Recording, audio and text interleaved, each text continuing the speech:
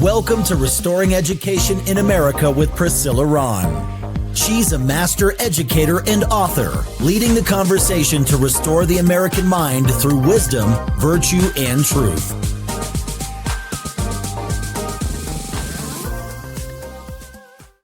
Well, hello, everybody. Welcome to another episode of Restoring Education in America. I'm your host, Priscilla Rahn. Thanks so much for joining the conversation today. I am in Dallas, Texas. I am at the Teacher Freedom Alliance, and I was walking around, and there are superstars everywhere, including this one right here. This is Miss Stacy Adair. We had to come all the way to Dallas, Texas to be in the same space. She's in Colorado Springs, a master educator and a rock star. And so, some people Stacy, think so. Oh, well, no. Others don't. We're going to go with you're amazing. We have known each other for a while now. I've been watching all the work that you're doing. Last year, you were Teacher of the Year. Talk to us about what your year was like prior to last summer and some of the things that you went through. Well, it's just been a battle, but I decided in 2020 that I couldn't keep quiet. I wasn't going to force the mask on students. I got in trouble. I got put on unpaid leave of absence, and then I used that time to help flip our board in 2021. And then it's just been advocating ever since. It's grown from anti-teachers union to pro-teacher to pro-student, and just trying to get, 90% of students are in public education. We need to fix it. You and I have taken two slightly different paths. I was sucked into the teachers union as a baby teacher. You know how they tell you, yeah.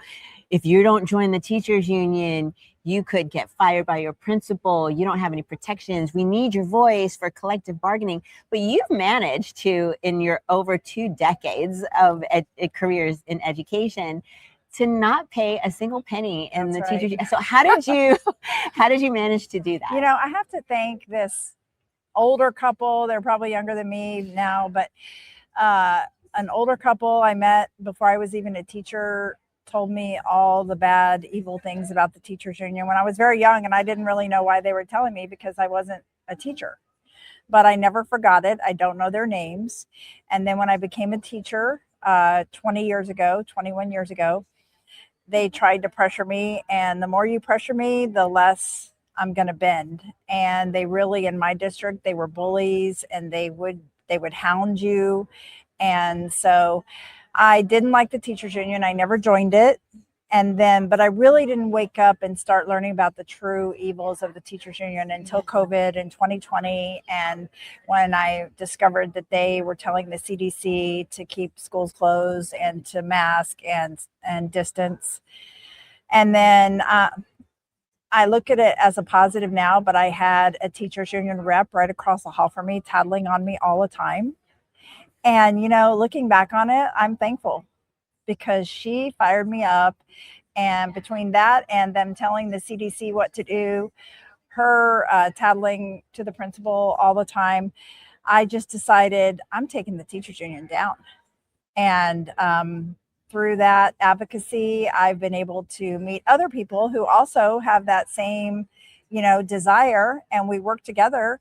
And me and my teacher group friends, we were already helping people get out of the teachers union starting in 2020, 2021, my friend Katie and I. And then we met the Freedom Foundation, and then we helped launch TFA. And so it's just blossomed. So honestly, as I look back, I could even thank that teachers union rep for tattling on me all the time to the principal, because she just spurred me on to keep fighting. And you have been fighting, and you are very smart. You're an excellent teacher. You know what you're talking about when it comes to content. And I think, because when I hear people going on leave, they never come back. So clearly you didn't do anything wrong if the district brought you back. Talk to us about that process of them putting you on leave and then being able to come back. Well, it was interesting. The state had ended its mask mandate, but our superintendent, at the urging of the union, had done his own mask mandate. And so several teachers and I, one of which is one of our board members now, decided we weren't going to comply. and we each pushed it in a different way. They walked some teachers out. I was able to work for 2 days, and then they met me at my car. You can't come in. Here's your letter. You're on unpaid leave of absence. Well, what I did was I used those 3 months of unpaid leave of absence to help flip the board.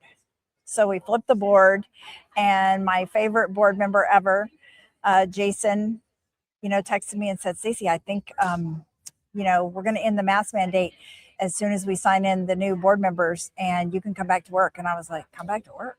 I don't know if I want to come back to work. Like, it'd been so stressful during the mask and COVID and everything, but God wanted me to come back. So I went back to work in December, and little did I know the rest of that year, my pay was cut $1,000 a month because of the way they deducted my pay from the 3 months of unpaid leave. But, God provided, and it was a great opportunity. When I went back, it was weird because I had lost some good friends. I guess they thought I was a nut job. And so it was stressful. I spent a lot of time in my classroom by myself. And I remember there was one teacher who talked to me, and she was new, and I thought nobody told her not to talk to me. But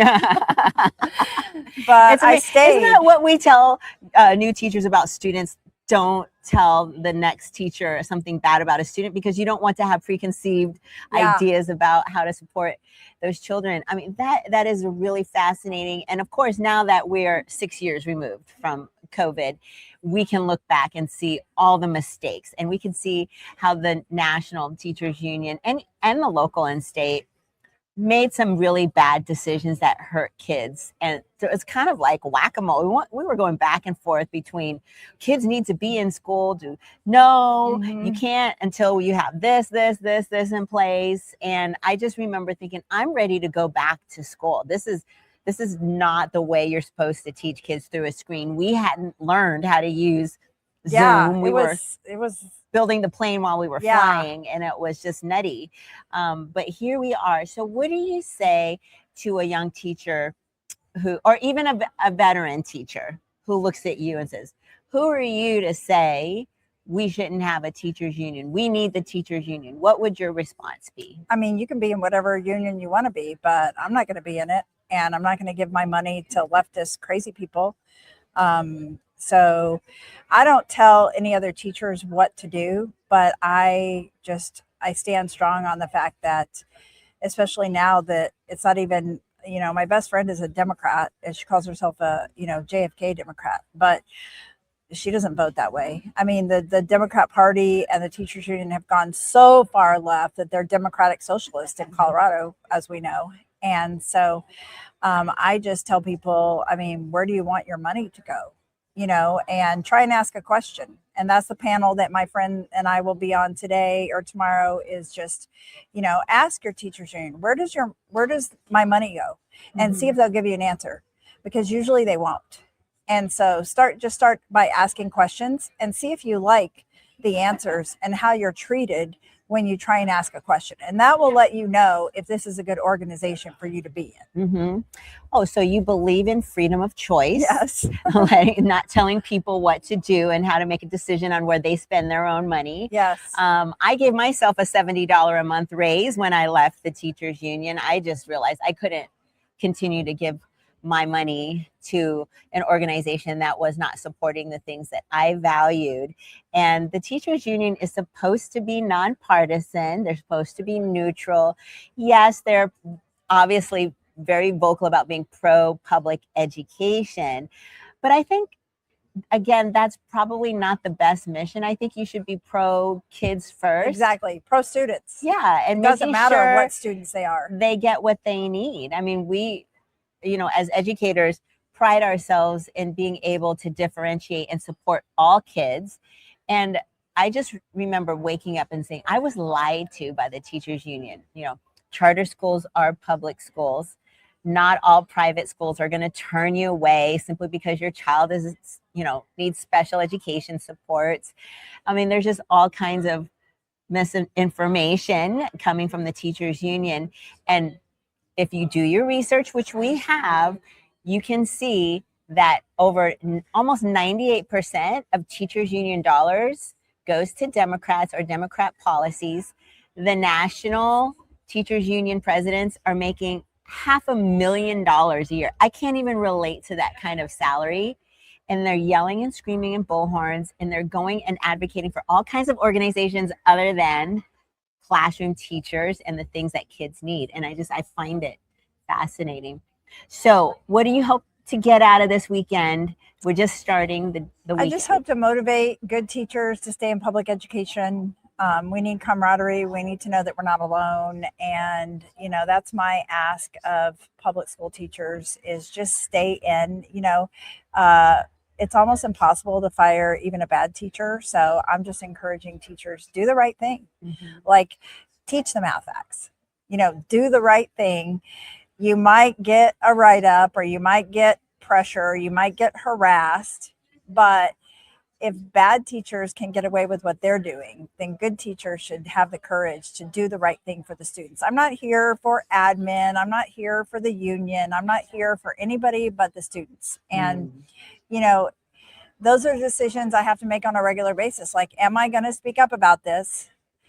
What's my motivation? Is it personal or is it for the students? And if it's for the students, then, I have to go ahead and take the risk of being brave. And that's what I said during the mask was, I had these filthy masks that kindergartners had worn, and they were so filthy. And I just said to myself, I will not say either pull your mask up or put your mask on. Those words will not come out of my mouth. Like, if they want to, they can, whatever, but I'm not doing it. I'm not saying it. And then when I would send them out of my room, the teachers union person was across the hall and I would get tattled on. And I knew that. And sometimes I had little, quick arguments with myself in my head, like, okay, I know I hear her voice out there. Am I going to say, put your mask on? No, I'm not saying it. I'm not saying it. I'm not saying it. Okay, kids, go, and I've had a few people I was thinking about who coached me when I was afraid. And so I didn't start out brave. I had a friend and I called him from the outside stairs of my school when I first got in trouble and I was crying. And he was like, don't pop like a peanut. I was like, what are you saying? He's from Arkansas. And he's like, when the going gets tough, the tough gets going. What are you crying about? And there was never any sympathy, but he was just like spurring me on. And he believed in the fight. And he came to our school board meeting when I took the big picture, the blown up picture of a filthy mask, and wow. It's just been a battle. But I mean, you don't start out strong. It's like every step you take with guidance, you get stronger. At least that's been my experience. What a great lesson. Knowing you, I would have never thought that you would be in the hall crying because you're such a tough educator. No, I wasn't. And I didn't like my principal not liking me because we had gotten along prior to, the mask and everything. And so I didn't want to buck the system, but I just felt sick to my stomach having to buck the system, but I wasn't willing to play the game with the mask. And I just couldn't make myself. I couldn't do it. And so it took a lot of just courage, doing what you need to do, even though you're afraid. Like I was afraid. And I had several different people spurring me on. And so looking back, I can appreciate the good people that spurred me on and the people who spurred me on without even knowing it because they were harassing me. Well, you certainly made lemonade out of lemons. So what would you say to an educator who's watching this and is curious about this organization and may want to come next year? What would you say to them? We'd love to have as many people. I try and invite everybody. Sat next to a girl on the plane today who was a teacher going to visit family, and I gave her my card, like, you need to join our group because it's camaraderie and it's fellowship and it's support. I mean, I've met I'm not the coolest person here. There are so many cool people here who have done things that I've done. They've done different things. They've done like unique things, and just hearing each other's stories about how we're navigating this thing called public education, and still maintaining our integrity and our values. And that's what this group is about, is encouraging teachers to stay in public education. 90% of students will be in public education. Like, I'm all for charters. I try and tell people to put their kids in charters, but I'm staying for the students who are in public school. Those are my students. I was sent to this district 20 years ago, and these are my students, and people have harassed me and they wanted me to leave and they tried to get me to quit. And I was just like, no, you quit. This is my school. I'm staying. And so I don't know, somehow I've made it. And so we just really just want more teachers to feel included and have a community, because as we know, the loudest voices in public education are the crazies, and they're not the majority. The majority of teachers are good teachers who are working hard, and we can't let those other people, dominate the narrative. And so that's, this group is twofold: to give, common sense teachers a voice, but also to give common sense teachers a community. And that's what we have. Like, we look forward to coming every year. This is our 4th conference, and I'm so excited to see some of the people that I met here who really have cooler stories than me.